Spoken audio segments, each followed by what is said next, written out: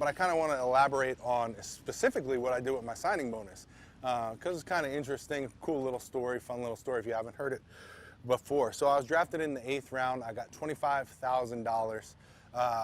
They took taxes out of that. I think I ended up getting a check for, I don't know, maybe $17,000. Big fat check for 17 G's, you know. And I thought I was balling. I thought I made it big time, right? That was the most money I ever had in my life. And so first thing I did was bought a bicycle, because I didn't have a car at the time, and we were in Eugene, Oregon, and a bunch of us went and bought bicycles, little BMX bicycles, and we were riding those around town because only one guy had a car on the team, and not everybody got to fit in that one car, so we just bought bicycles. That's what we did. It was only like a mile to the park. There was a lot of food on the way, so we could, you know, stop at the little, what was that place called, with the pitas? You remember the pitas? Pita pit. They had a pita pit there. We'd always stop at the pita pit. And then the field was right down the way. We'd have the spread there and stuff. So we didn't really need a car. So I spent probably, you know, $100 on a bicycle. And then I went over to the Apple store and I bought the very first iPod that there ever was. And this thing was huge. So this is my phone right here, right? This is iPhone 7, I think. And this iPod was bigger than this thing, and it was thicker. Might not have been as tall, but it was definitely wider and definitely thicker this way. And the only thing it did was play songs. That's it. It didn't do anything else. It might have had like a Tetris game on there or something like that, but that was the only thing it did was play songs. And that thing was $500. So I bought the iPod for $500 just to play some music. It held like 1,000 songs. And you know, that was a big deal back then because we were still listening to CDs. All the laptops and stuff still had the CD slot in there, the DVD slot, you know. People were still carrying around books of DVDs on the bus trips to watch movies and stuff. So having that iPod right here with 1,000 songs on it, that was a big deal. I was big pimping with my iPod, okay? So that was another 500 gone right off the bat.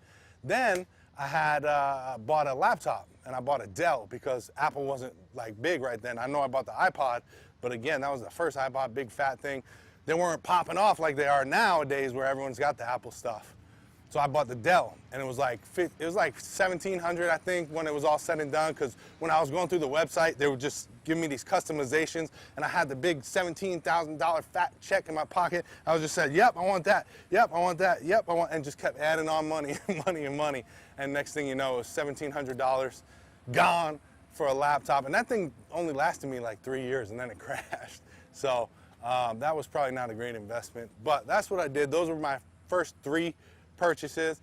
After that, I kind of just used it along the next few years to buy food and pay bills and stuff, because, you know, in the minor leagues, my first year, I think I was getting $900 a month, minus taxes, minus the clubhouse dues, minus the hotel fees. This is in Eugene, Oregon, my first year, short season.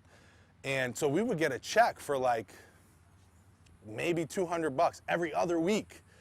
So I had to use some of that other money to pay for stuff. Now, I talked about in that other video, some of the first round guys or higher round guys that got the big money.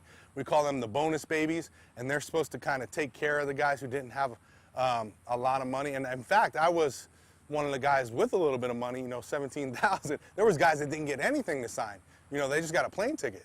So the guys with a lot of money, $1 million guys, you know, $800,000, $500,000 guys, you know, they're supposed to like buy pizza and buy drinks and stuff like that. That's the way it goes in the minor leagues. And luckily, I was surrounded with a bunch of good guys in that regard. So all the bonus babies in my group always took care of everyone. I tried to take care of anyone who was, you know, needed it or whatever. But yeah, that's what I did with my signing bonus. Just spent it over time, over like 3 years. Little things here and there, bills and food, mostly food. Oh, so my sister just reminded me I bought a house too, but down payment. But actually, no, I borrowed that money. So, well, I mean, I had a little money left over, but I mean, it helped. It helped to buy the house, but I borrowed some money to buy a house. I bought a house and couldn't afford to live in it, but bought a house and got renters in it. And I had renters in it for, luckily I had good renters. I had like 3 different renters, right? Yeah. And luckily they were all good. Some of them stayed 2 years, 1 year. And then finally, by the time I was able to afford it, then I got the renters out of there. And then me and my wife moved in there. I forgot about that. Thank you. And then Q was asking who were some of the guys above me, rounders. My year that I got drafted was Cesar Carrillo. He was, I don't know if you remember him, he was the stud out of Miami University. He was like 28-0 or something crazy as a pitcher with the ERA like super crazy. So he was number one. Cesar Ramos. We had Chase Headley. He's still up in the big leagues, I think. He played with the Padres, Yankees for a little bit. I don't know who he's with now, but he was second round, I believe. Third round, I don't remember who the third round was. Josh Alley was fourth round. He was from Tennessee. So was Chase Headley, was Tennessee as well. Josh Alley, love that guy, man. He was so funny. I haven't heard from him in a year. Josh, if you watch my videos, call me or join Facebook or Instagram or something. I haven't heard from you. Fifth round, I think, was Seth Johnson. He was either fifth or sixth. No, he was fifth. No, he was fourth. Third. He was the guy I forgot. Oh, Seth Johnson was in there somewhere, but he was from Texas. And then he was my roommate too. Me, Seth Johnson, Stevie Delabar, who ended up making it to the Major League All-Stars after being released in High A, came back, made it to the MLB All-Star. But he wasn't above me on the draft list. In fact, I don't remember when he got drafted. I'm not sure if it was even the same year. It might have been the year before. But he was my roommate. And then Brandon Higlin, who's a pitching coach in college right now. He's from California. But then who else did we have before me was, I said Seth Johnson, seventh round. I think, Neil Jameson, pitcher from California. Real good pitcher, closing pitcher.